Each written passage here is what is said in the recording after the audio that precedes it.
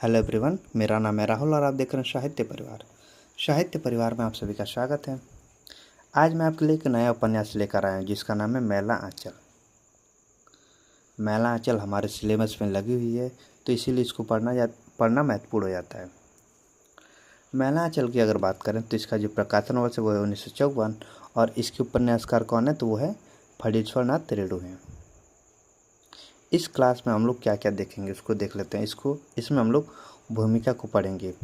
देखो, भूमिका से प्रश्न आते हैं तो इसलिए हम लोग भूमिका को पढ़ेंगे और इसके महत्वपूर्ण उदाहरण है। मतलब कि ये उपन्यास जो बहुत बड़ा है तो इसको तो हम पूरा पढ़ नहीं सकते हैं, तो मैंने यहाँ पे महत्वपूर्ण जो उदाहरण है जो एग्जाम में पूछे जा सकते हैं उन उदाहरण को मैंने रखा है और इनमें कौन कौन से पात्र हैं उसको देखेंगे।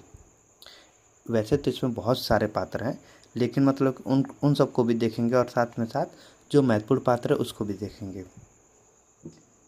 मैला आंचल की अगर बात करें तो मैला आंचल फणीश्वर नाथ त्रेडू का ये प्रथम उपन्यास है।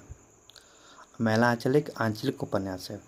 आंचलिक उपन्यास का मतलब ये है कि मतलब लेखक ने न तो जो अच्छा, मतलब क्या होता है कि कोई लेखक क्या करते हैं, जो अच्छा दृश्य है चाहे जो अच्छा काम है उस अच्छे को मतलब कि यहाँ पे लेखक फोकस करते हैं, और कुछ लेखक क्या करते हैं जो उसमें बुराइयाँ हैं जो बुराइयाँ तो उस पर फोकस करते हैं। लेकिन यहाँ पे फणीश्वर नाथ त्रेडू ने न अच्छाइयों पर फोकस किया है ना ही बुराइयों पर फोकस किया है। जैसा उपन्यास जैसा मतलब कि गांव में दिखाया जाता है वैसा बस इन्होंने उतार दिया है।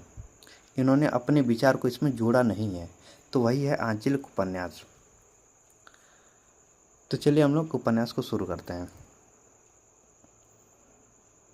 देखिए, मैला आंचल 1954 किसका है? फणीश्वर नाथ त्रेडू का है।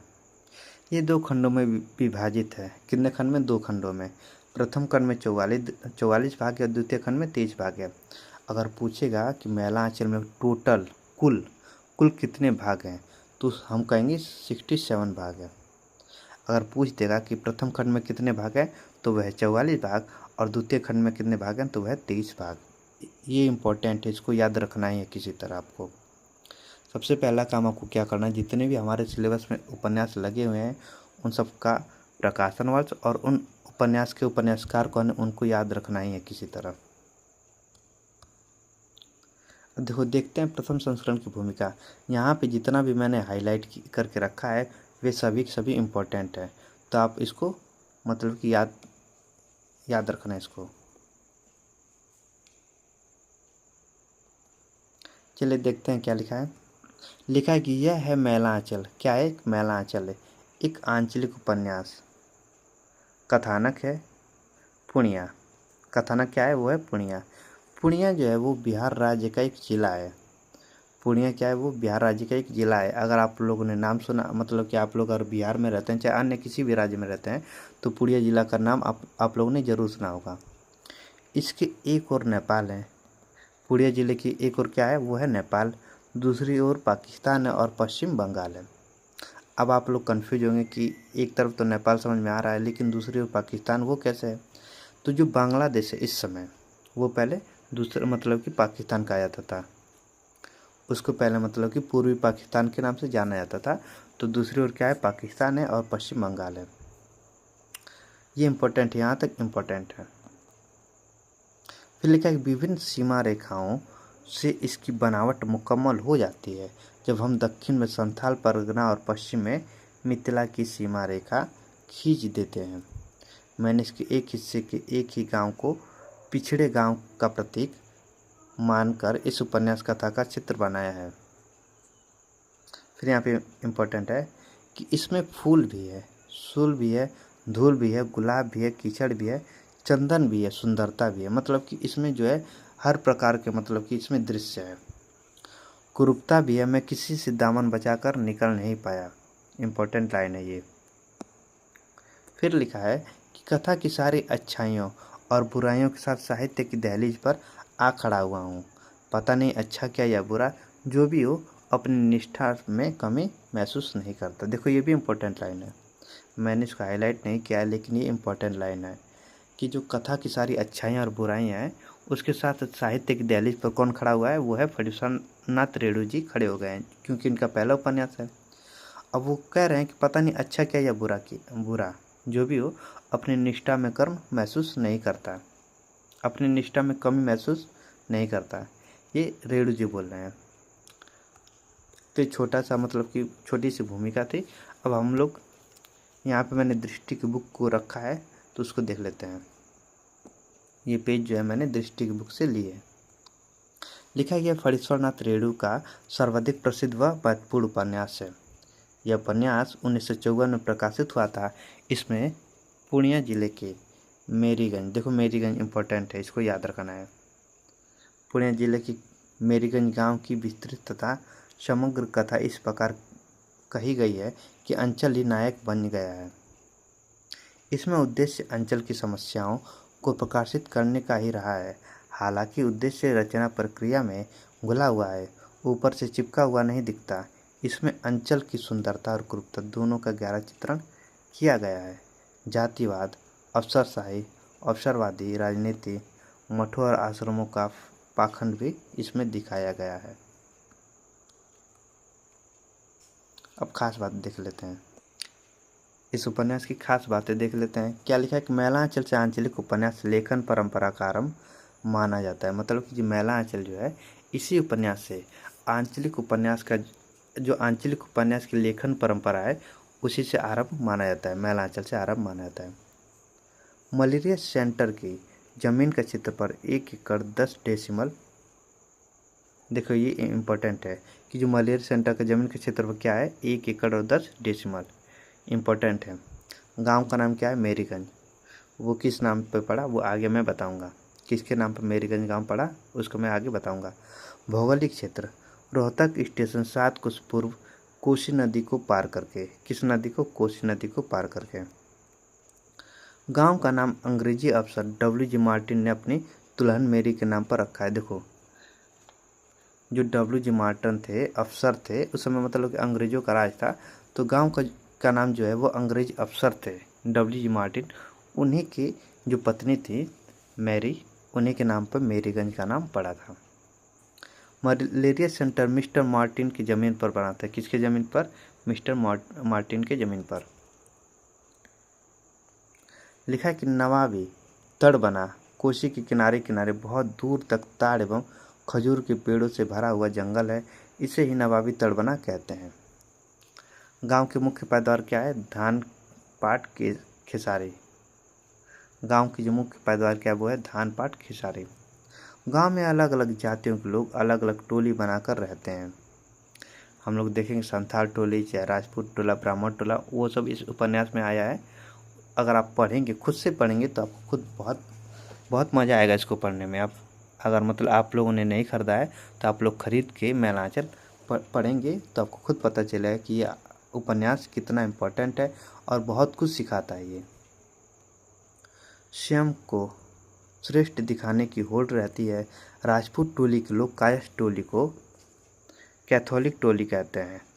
गांव के अन्य जातियों के लोग मालिक टोला कहते हैं। कायस्थ टोली के लोग राजपूत टोली को सिपहिया टोली कहते हैं। देखो जो राजपूत टोली के लोग जो हैं वो कायस्थ टोली को क्या कहते हैं, कैथ टोली। गांव की जो अन्य जातियों के लोग हैं वो मालिक टोला क्या कहते हैं, वो कहते हैं कायस्थ टोली। और कायस्थ टोली के लोग राजपूत टोली को क्या कहते हैं, तो वो कहते हैं सिपहिया टोली। मठ में सुबह बीजक शब्द का वाचन होता है। किसका इम्पोर्टेंट है, बीजक शब्द का वाचन होता है। चंदनपट्टी नामक गांव में हुई सभा में बालदेव, बावन दास एवं चुन्नी गोसाई तीन ने सुराजी में नाम लिखवाए थे। सुराजी पद से आशय स्वराज चाहने वाले कांग्रेस के सदस्यों से है।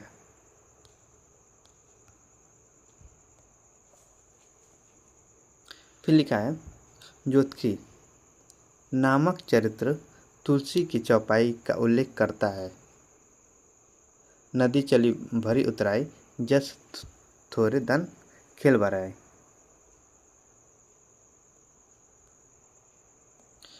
उपन्यास 2 खंडों में विभाजित किया गया है, जिसमें प्रथम खंड को 44 परिच्छेदों में एवं दूसरे खंड को 23 परिच्छेदों में बांटा गया है। नीचे महत्वपूर्ण परिच्छेद की चर्चा की गई है। यहाँ पे मतलब कि उपन्यास को 2 खंडों में विभाजित किया गया है। एक खंड में 44 दृश्य है, दूसरे में क्या है 23 दृश्य है। पहले खंड की परिच्छेद 11 में सुरंगा सदावृक्ष की कथा का जिक्र है। पहले खंड के जो परिच्छेद 11 है उसमें क्या है, सुरंगा सदावृक्ष की कथा का जिक्र है। इम्पोर्टेंट है कि अगर पूछे कि पहले खंड के जो परिच्छेद 11 है उसमें किसकी कथा का जिक्र है, तो सुरंगा सदावृक्ष की कथा का जिक्र है। खंड 1 के परिच्छेद 15 में लोरिक या कुंवर विजयभान या विजयभान, बिजभान है तो विजयभान एवं विद्यापत नृत्य का जिक्र है। विद्यापत नृत्य में बीच में विद्यापति का गीत अरे अपजस होइत जगत भरी हो गाया जाता है। परिच्छेद 24 में भभूति की रचना के पात्र माधव मालती का जिक्र है। परिच्छेद 24 में क्या है कि भभूति की रचना के पात्र जो है माधव मालती का उसमें जिक्र है। परिच्छेद 27 में पंत की कविता भारत माता का जिक्र। भारत माता ग्रामवासिनी खेतों में फैला है श्यामल धूल भरा मैला सा आंचल। परिच्छेद 27 में क्या है कि जो पंत की कविता है भारत माता का जिक्र, इसमें किया गया है कि भारत माता ग्रामवासिनी खेतों में फैला है श्यामल धूल भरा मैला सा आंचल। परिच्छेद 36 में क्या कि मैं हंस कुमार तिवारी की कविता का जिक्र है कि दुनिया फूस बटोर चुकी है मैं दो चिंगारी दे दूंगा। 36 में क्या है कि हंस कुमार तिवारी की जो कविता का जिक्र है कि दुनिया फूस बटोर चुकी है मैं दो चिंगारी दे दूंगा। और परिच्छेद 37 में है कि वर्षा के देवता माने जाने वाले इंद्र को रिझाने के लिए महिलाओं द्वारा जाट जट्टनी खेल खेला जाता है। यह खेल पुरुष नहीं देख सकते। कौन सा खेल खेला जाता है इसमें, जाट जट्टनी वाला, और इसमें क्या है जो ये खेल जो वो पुरुष नहीं देख सकते हैं। 37 में और 39 में क्या है कि इसमें संथाल टोली और अन्य में हुए हिंसक संघर्ष में संथाल तीर से तो अन्य भाला और गुलेल से लड़ते हैं। इसी संघर्ष में तहसीलदार हरगौरी सिंह मारा जाता है। राजबल्ली महतो हारमोनियम बजाता है। राजबल्ली महतो क्या बजाता है, तो हारमोनियम बजाता है। स्वराज मिलने का उत्सव में निम्न में कार्यक्रम तय होते हैं। बलवाही, विदेशिया, कमला एवं मोहम्मदिया की नौटंकी कंपनी, धमदाहा शंकरपुर का विद्यापद, पंचगढ़ा की बलवाही और औराही, हिंगना की भटियाली भक्ते। दूसरे खंड के परिच्छेद 18 में गांधी जी की हत्या का जिक्र है। अब पूछ देगा कि किस खंड के परिच्छेद में गांधी जी की हत्या का जिक्र है, तो खंड कौन सा है, खंड दूसरा है। और परिच्छेद कौन से, परिच्छेद 18 में क्या है कि गांधी जी की हत्या का जिक्र है। और परिच्छेद 20 में नगर नदी की भारत पाकिस्तान के बीच सीमा रेखा होने का जिक्र है, जो वर्तमान में क्या है, बांग्लादेश है। कमली और डॉक्टर प्रशांत के पुत्र का नाम ममता कुमार नीलोत्पल, जिसे हम नीलू रखती हैं। अब हम लोग मुख्य पात्र को देखेंगे कि इसमें मुख्य पात्र कौन कौन से हैं, उसको देख लेते हैं। डॉक्टर प्रशांत उपन्यास का केंद्रीय पात्र, असल माता पिता अज्ञात हैं। डॉक्टर प्रशांत क्या है, वो उपन्यास का केंद्रीय पात्र है और जो इनके असली माता पिता क्या हैं वो अज्ञात हैं। उपाध्याय परिवार को एक हांडी के भीतर कोसी नदी में तैरते हुए मिला था। स्नेहमयी नाम की बंगाली डॉक्टरनी पालन पोषण करती है। बनारस हिंदू विश्वविद्यालय से आईएससी पास करने के बाद पटना मेडिकल कॉलेज में दाखिल लिया। विदेश जाने की स्कॉलरशिप ठुकराकर पूर्णिया की पूर्वी अंचल में मलेरिया एवं काला आजार पर शोध करता है। कमली का प्रेमी है। किसका प्रेमी है, कमली का। कमली को प्रेम से राजकमल कहता है। कमली को क्या कहता है ये प्रेम से, राजकमल। विश्वनाथ प्रसाद, दूसरा कौन है, विश्वनाथ प्रसाद है। कायस्थ टोली का मुखिया कौन है, ये कायस्थ टोली का मुखिया है। राजा पारबंगा का मीनापुर सर्कल का तहसीलदार है। 1000 बीघा जमीन का काश्तकार है। बाद में तहसीलदार से इस्तीफा देकर कांग्रेस में शामिल हो जाता है। कौन, विश्वनाथ प्रसाद। किस टोली का मुखिया है, इंपॉर्टेंट है, कायस्थ टोली का ये मुखिया है। और कितने बीघा जमीन का काश्तकार है, तो 1000 बीघा कश्मीर का 1000 बीघे जमीन का ये काश्तकार है। बालदेव इसकी अगर बात करें तो कांग्रेस का कार्यकर्ता है, सुराजी या स्वराज का समर्थक है। चंदनपट्टी नामक गांव का रहने वाला है। 2 साल जेल में रहा है। खादी पहनता है और मिलने पर जय हिंद का उच्चारण करता है। बालदेव। अगला कौन है? बावन दास, कांग्रेस का कार्यकर्ता। ये भी देखो कांग्रेस का जो जिस पार्टी के कार्यकर्ता हैं उनको याद ही रखना है। बावन दास और ये इधर कौन था? ये बालदेव। ये दोनों क्या है? कांग्रेस के कार्यकर्ता हैं। सुराजी स्वराज का समर्थक ये भी है। बौने कद का व्यक्ति है, घोर नैतिकतावादी। एक बार चंदे के पैसे से जलेबी खा लेने के बाद 2 दिन तक उपवास करके प्रायश्चित किया था। कपड़े, चीनी एवं सीमेंट को अवैध रूप से पाकिस्तान ले जाने का विरोध करते हुए इन सामानों से लदी बैलगाड़ी के नीचे कुचलकर मर जाता है। कालीचरण ये स्पेशलिस्ट पार्टी का कार्यकर्ता है। किस पार्टी का? स्पेशलिस्ट सोशलिस्ट पार्टी का ये कार्यकर्ता है कालीचरण। युवा वर्ग का प्रतिनिधि, साहसी है, शोषण का विरोध करने वाला है। डकैती के झूठे आरोप में जेल में बंद कर दिया जाता है लेकिन वहां से फरार हो जाता है। कमली कौन है? तहसीलदार विश्वनाथ प्रसाद की पुत्री और प्रशांत की प्रेमिका है। रोज शिव पूजन करती है। किसी अज्ञात बीमारी से ग्रस्त है जिसका इलाज कराने में डॉक्टर से परिचय होता है। लक्ष्मी ये मठ में दासी है। मठ के महंत द्वारा शारीरिक और मानसिक रूप से शोषित है। बाद में बालदेव के साथ रहने लगती है। महंत सेवादासी मेरीगंज के मठ का महंत है। कहाँ का? मेरीगंज के मठ का ये महंत है। कौन? महंत सेवादास। पहले बहुत ज्ञानी साधु समझा जाता था पर लक्ष्मीदास इनको लाने के बाद से लोग बुरा वाला कहने लगे। प्यारो डॉक्टर प्रशांत का सहायक है। पहले रोहतहट स्टेशन में एक होम्योपैथिक डॉक्टर के यहाँ 5 साल नौकरी कर चुका है। रोदी बुढ़ा जो थर्ड जेंडर है, ये दही बेचने का काम करता है। चाल चलन और बोलने का तरीका औरतों की तरह है। लरसिंह दास ये मठ में आचार्य गुरु के आने का संदेश लेकर आता है परंतु लोभ में आकर मेहनती पाने की कोशिश करने लगता है। सुमरित दास कौन है? सुमरित दास बेतार की खबर उपनाम से जाना जाता है। मतलब सुमरित दास जो है वो इधर की उधर मतलब खबर करता है तो इसे बेतार की खबर कहते हैं, उपनाम से जाना जाता है। तहसीलदार विश्वनाथ का रोटियां गवाह है, गवाही की रोटी खाने वाला। पार्वती की माँ अधेड़ उम्र की स्त्री जिसको गांव वाले डायन मानते हैं। हीरू नामक चरित्र द्वारा इस शख्स में उसकी हत्या कर दी जाती है। हीरू नामक चरित्र द्वारा इसी शख्स में उसकी हत्या कर दी जाती है।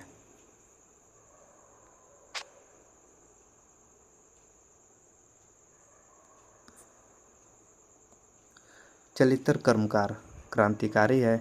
सोशलिस्ट पार्टी का सदस्य भी है। बम, पिस्तौल और बंदूक चलाने में माहिर है। चुन्नी गोसाई बालदेव और बावन दास के साथ सुराजी बना था, बाद में सोशलिस्ट पार्टी में शामिल हो गया।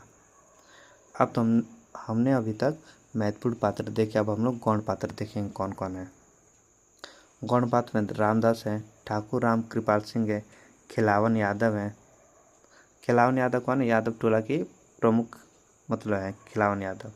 ज्योतिषी काका है।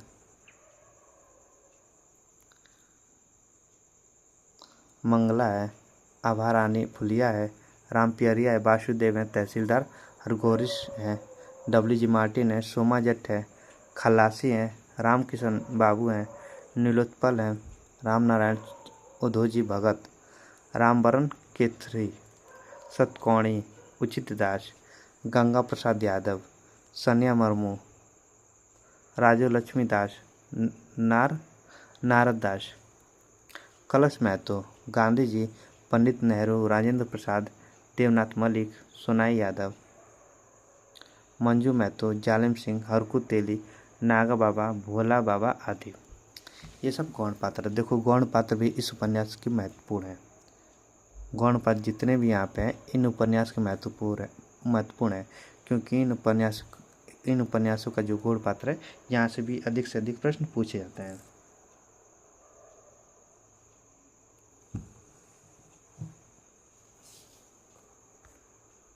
कथा वस्तु, अब इस उपन्यास की हम लोग कथा वस्तु देख लेते हैं कि इस उपन्यास में है क्या, इस उपन्यास की कथा क्या है, इसको देख लेते हैं।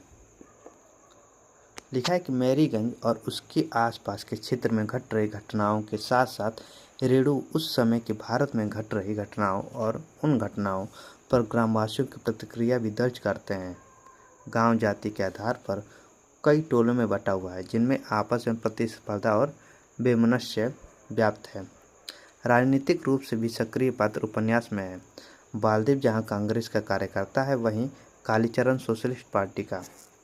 देश की राजनीति के अतिरिक्त गांव की अपनी राजनीति भी चलती है। अंग्रेजी अफसर मार्टिन ने अपनी पत्नी मेरी के नाम पर इस गांव का नाम मैरीगंज कर दिया था, लेकिन यहां आते ही उसकी पत्नी की मलेरिया से मौत हो गई। मार्टिन की दी हुई जमीन पर मलेरिया और कालाजार के निदान हेतु रिसर्च सेंटर बनता है और उसमें डॉक्टर के रूप में आते हैं डॉक्टर प्रशांत। रिसर्च करते हुए प्रशांत का संपर्क तहसीलदार विश्वनाथ प्रसाद की बेटी कमली से होता है और दोनों को एक दूसरे से प्रेम हो जाता है। गांव में एक कबीरपंथी मठ भी है, जिसका मुख्य महंत सेवादास है। 50 वर्ष की उम्र में सेवादास दासी बनाकर लक्ष्मी को मठ पर रख लेता है। महंत लक्ष्मी के साथ जबरन यौन संबंध भी बनाता है और वह भी तब से जबकि वह 15 साल की बच्ची थी। इस तरह रेणु धर्म के नाम पर होने वाले कुकर्मों की पोल पट्टी भी खोलते हैं। बालदेव और बावन दास कांग्रेस के कार्यकर्ता और स्वराज के इच्छुक हैं। दोनों महात्मा गांधी के अनुयायी भी हैं। गांधी तत्कालीन समय में देश में होने वाली घटनाओं में सक्रिय रूप से उपस्थित थे। उपन्यास में गांधी का जिक्र बार बार किया गया है। गांधी हत्या का जिक्र भी उपन्यास में है। रेडियो में हत्या की खबर सुनकर कमली सबको बताती है और ये सुनकर सभी पात्रों की रुलाई फूट पड़ती है। गांधीवाद से प्रभावित बावनदास स्वतंत्रता के पश्चात चोरी छिपे सीमेंट और चीनी से लदी पाकिस्तानी जाती बैलगाड़ियों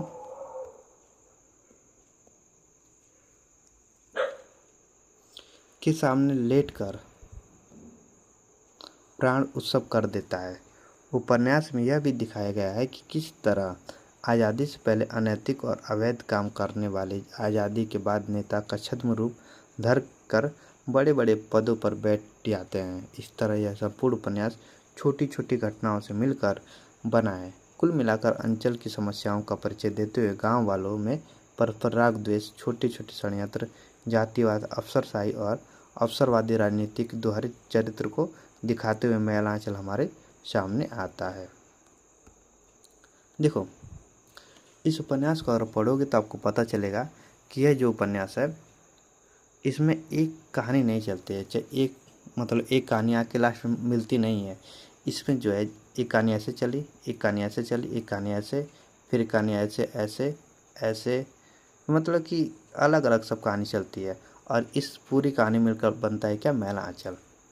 अगर आप दूसरा उपन्यास देखेंगे तो एक मतलब कि ऐसे कहानी चलेगी तो एक ऐसे चलेगी, फिर ऐसे यहाँ पे आके मिल जाएगी। अगर एक कहानी ऐसे चलेगी तो एक ऐसे आके मिल जाएगी और फिर बाद में जो है वो एक ही जगह मिल जाती है। लेकिन जो मैलांचल उपन्यास है, इसमें जो कहानियाँ चलती हैं वो अलग अलग चलती हैं और इन पूरी टोटल जितनी भी कहानियाँ चलती हैं उन सारी कहानियों को मिलाकर बनता है मैलांचल। प्रमुख उदाहरण देख लेते हैं जो एग्जाम में पूछे जा सकते हैं, उसको देखते हैं। इसमें फूल भी है, सूल भी है, धूल भी है, गुलाब भी है, कीचड़ भी है, चंदन भी है, सुंदरता भी है, क्रूरता भी है, मैं किसी से दामन बचाकर निकल नहीं पाया। किसका? ये लेखक खुद कहते हैं, रेणु जी, जैसा कि हमने भूमिका में पढ़ा था। दूसरा है कि लेकिन गांव की पंचायत क्या है, पुरानिया कचहरी के रामू, मोदी की दुकान है, सभी अपनी बात पहले कहना चाहते हैं, सब एक ही साथ बोलना चाहते हैं, बातें बढ़ती जाती है और असल सवाल बातों के बवंडर में दबा जा रहा है। फिर यहाँ पे कि यह अस्पताल, जैसे गांव में मतलब अस्पताल को अस्पताल कहते हैं ना, जो पहले मतलब लोग रहते थे अस्पताल को अस्पताल नहीं कह पाते थे, चाहे हॉस्पिटल नहीं कह पाते थे, तो अस्पताल को क्या कहता है यहाँ पे, अस्पताल। अभी तो नहीं मालूम होगा, जब कुएं में दवा डालकर गांव में हैजा फैलाएंगे तो समझना, शिव हो शिव हो। यहाँ पे लिखा है कि महात्मा जी खुद मैला साफ करते थे। जहाँ सफाई रहती है वहाँ का आदमी भी साफ रहता है, मन साफ रहता है और रहता है। साहिब लोगों को देखिए, उनके देश का गाछ वृक्ष भी साफ रहता है। किसकी पंक्ति? बालदेव की। फिर लिखा है कि अंधा आदमी जब पकड़ता है तो मानो उसके हाथों में मगरमच्छ का बल आ जाता है। अंधे की पकड़ लाख जतन करो, मुट्ठी टस से मस नहीं होगी, हाथ है या लोहार की सण से। फिर अगली पंक्ति यहाँ पे कि रुपया को बजा कर देखा जाता है और आदमी को एक ही बोली से पहचाना जाता है। सही बात है। फिर आगे उदाहरण लिखा है कि जाति बहुत बड़ी चीज़ है, जात पात नहीं मानने वालों की भी जाति होती है। ये भी बात सही है। आगे लिखा है कि भावुकता का दौर भी एक खतरनाक रोग है। देखो यहाँ पे जितने भी उदाहरण रखे गए सभी के सभी इम्पोर्टेंट हैं, कोई भी उदाहरण स्किप नहीं करना है आपको। गांव के लोग बड़े सीधे दिखते हैं। सीधे का अर्थ यदि अपढ़, अज्ञानी और अंधविश्वासी हो तो वास्तव में सीधे हैं वे। जहाँ तक सांसारिक बुद्धि का सवाल है, वे हमारे और तुम्हारे जैसे लोगों को दिन में 5 बार ठग लेंगे और तारीफ यह है कि तुम ठगी जाकर फिर उनकी सरलता पर मुग्ध होने के लिए मजबूर हो जाओगे। किसकी पंक्ति? डॉक्टर प्रशांत की ये पंक्ति है। तुम्हारी विद्यापति के गान हमारी टूटी झोपड़ियों में जिंदगी की मधुरस बरसा रहे हैं। ओ कवि, तुम्हारी कविता ने मचल कर एक दिन कहा था, चलो कवि वन फूलों की ओर।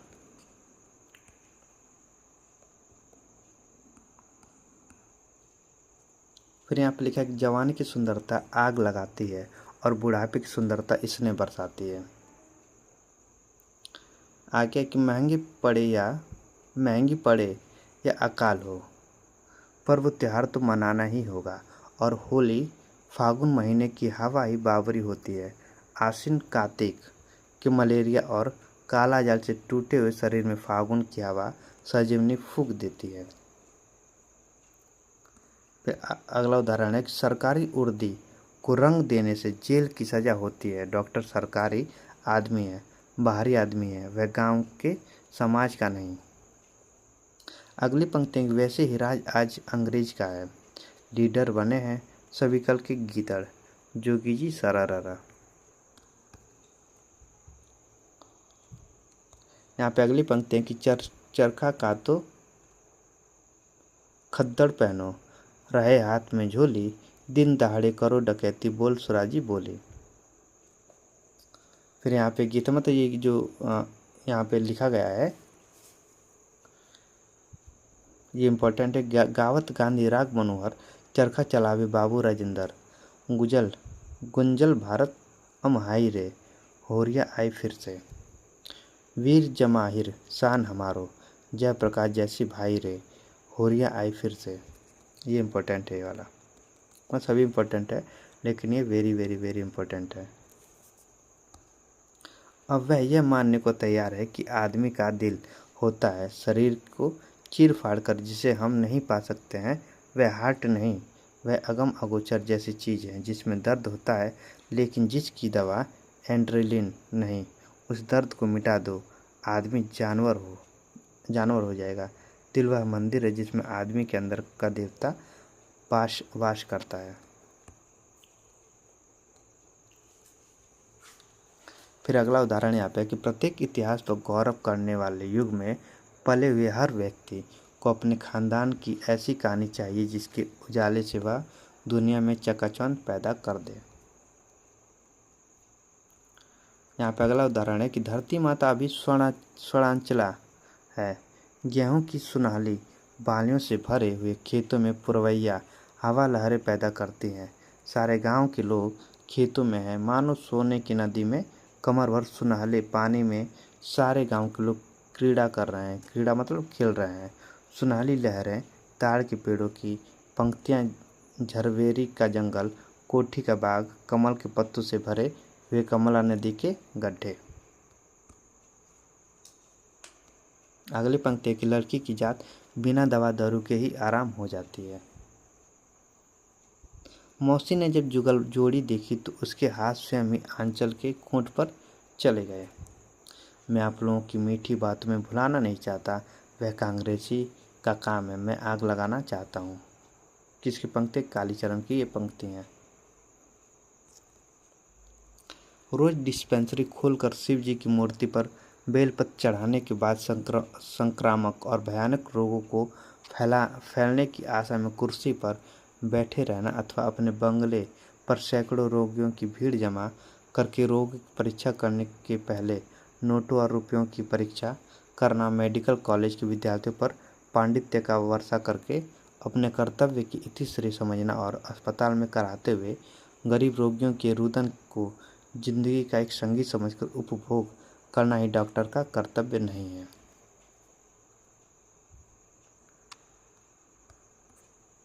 फिर यहाँ पे अगली पंक्ति है।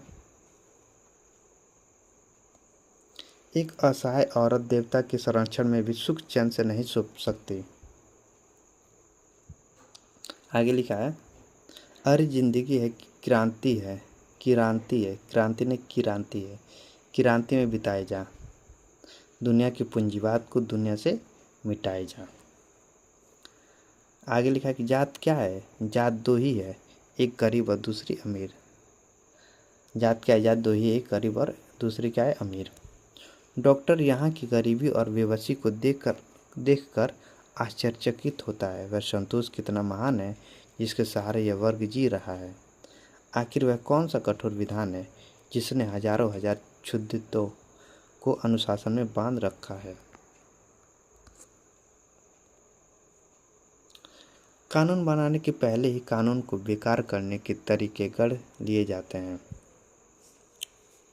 आगे लिखा, क्या करेंगे वह संजीवनी बूटी खोज कर? उसे नहीं चाहिए संजीवनी। भूख और बेबसी से छटपटाकर मरने से अच्छा है मैलग्नेट मलेरिया से बेहोश होकर मर जाना। तिल तिल घुल घुल कर मरने के लिए उन्हें जिलाना बहुत बड़ी क्रूरता होगी।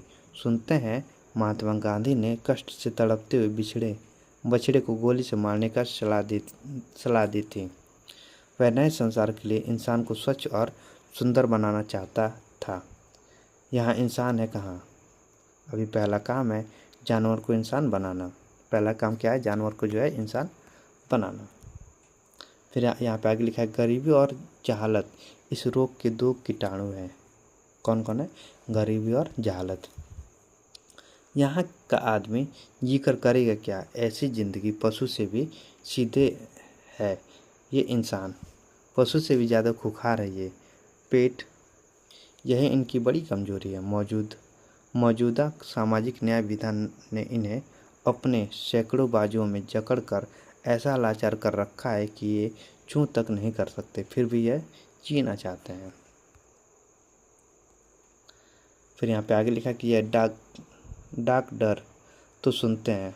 डाक डर डॉक्टर को यहाँ पे मतलब गांव में कहते हैं डॉक्टर, तो ये डॉक्टर तो सुनते हैं कि जर्मन वाला का आदमी है जो कि जी ठीक ही कहते हैं। जर्मन वाला का CID है। यह डॉक्टर यहाँ के लोगों को सुई भोंक कर कमज़ोर करने का काम करता था। कुआं में दवा डालकर सचमुच में हैजा फैलाया है। जर्मन वाला का एक पार्टी है यहाँ, कमीशन कम्युनिस्ट पार्टी सुनते हैं, उसी पार्टी का आदमी है। फिर आगे के नागर को एक बहुत बड़ा गवाह बनाया है। दोनों देश वालों ने नगर नदी सीमा रखा है, एक किनारा हिंदुस्तान, दूसरा किनारा पाकिस्तान। 52 ने दो आज़ाद देशों के हिंदुस्तान और पाकिस्तान की ईमानदारी को, इंसानियत को बस 2 डेग में ही नाप लिया। नागर नदी के बीच में पहुंचकर पाकिस्तान के पुलिस अफसर साहब ने कहा, नदी में ही डाल दो, इसकी झोलवी को उस पार दरख्त से लटका दो जल्दी। फिर आगे है कि नागर की धारा हठात कलकला उठी। सिपाही खंजड़ी को पानी में फेंकते हुए कहता है, डमरू बजा के रघुपति राघव गाते रहो। अगला उदाहरण है कि तुम्हारी किताबों ने मुझे बहुत कुछ सिखाया है। मुझे कितना बड़ा सहारा मिला है तुम्हारी किताबों से। लेकिन अब एक नई किताब चाहिए जिसके पृष्ठ पृष्ठ में लिखा हुआ है हो कमला, विश्वास करो, डरो मत, जो होगा मंगलमय होगा।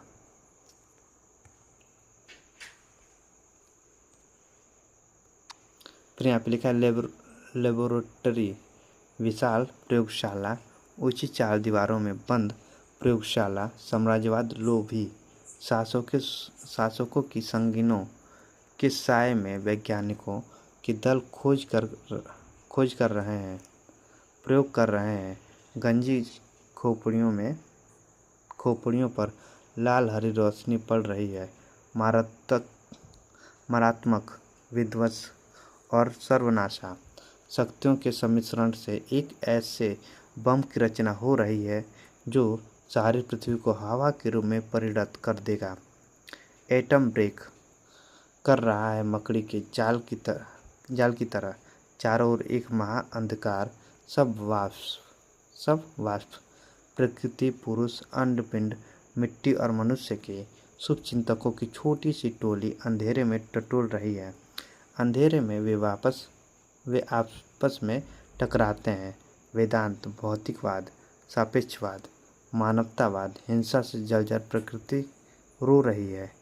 विधाता की सृष्टि में मानव ही सबसे बढ़कर शक्तिशाली है, उसको पराजित करना असंभव है।